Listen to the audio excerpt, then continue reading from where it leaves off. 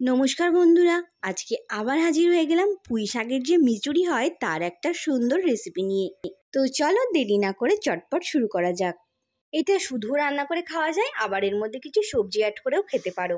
আমি আজকে এর সাথে আলু আর পেঁপে অ্যাড করে নিয়েছি, আর এর জন্য লাগছে পেঁয়াজ কুচি, কাঁচা পাকা লঙ্কা নিয়ে নিয়েছি, আর ফোড়নের জন্য নিয়ে নিয়েছি লাল শুকনো লঙ্কা, 5 ফোড়ন আর তেজপাতা। খুবই সাধারণ ঘরোয়া একটা রেসিপি, যে কোনো দিন যে কোনো সময় চটপট তৈরি করার জন্য খুব সহজ একটা রান্না, আর খুব অল্প সময়তেই যেটা তৈরি হয়ে যাবে। তো দেখো, কড়াইতে প্রথমেই আমি তেল দিয়ে দিয়েছি। তেলটা গরম হয়ে গেলে দিয়ে দিয়েছি শুকনো লঙ্কা, 5 ফোড়ন আর তেজপাতা। ফোড়নটা একটু হালকা করে ভেজে নেব।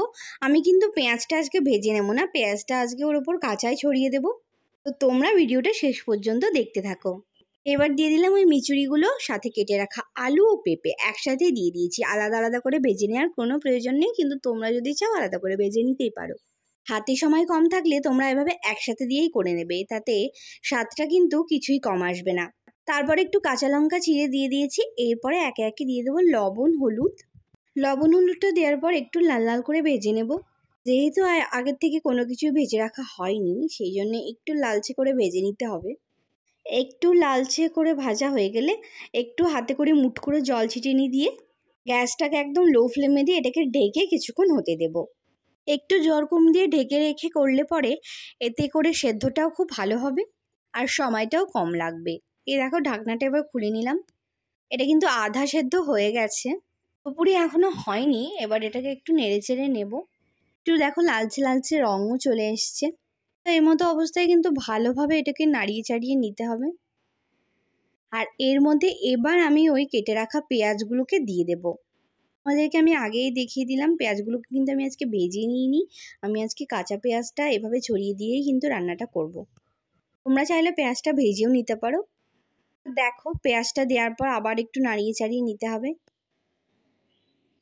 এবার কিন্তু এটাকে হাই ফ্লেমে দিয়েই কিন্তু একটু ভাজতে হবে, একটু সব কিছু একসাথে মিশিয়ে নিয়ে ভালো করে নাড়াতে হবে।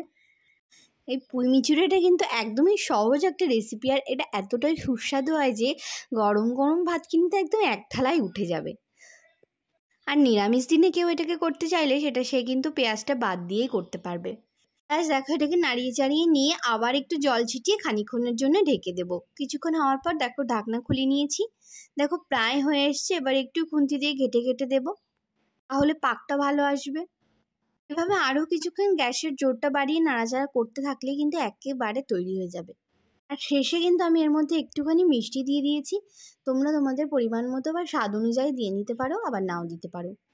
তো এবার একটু নাড়িয়ে চাড়িয়ে নিলেই কিন্তু একেবারে তৈরি হয়ে যাবে গরম ভাতের সাথে খাওয়ার জন্য তৈরি পুঁই শাকের মিচুরি। ব্যাস, এবার এটাকে একটা পাত্রে ঢেলে নেব। তো তোমরাও কিন্তু চাইলে এভাবে পুঁই শাকের মিচুরি তৈরি করে খেতেই পারো। এরকম সহজ চটজলদি রেসিপি পেতে চাইলে চ্যানেলটিকে অবশ্যই সাবস্ক্রাইব করে রেখো। আর সবাই ভালো থেকো, সুস্থ থেকো। দেখা হবে পরের কোনো দিন, পরের কোনো রেসিপি নিয়ে।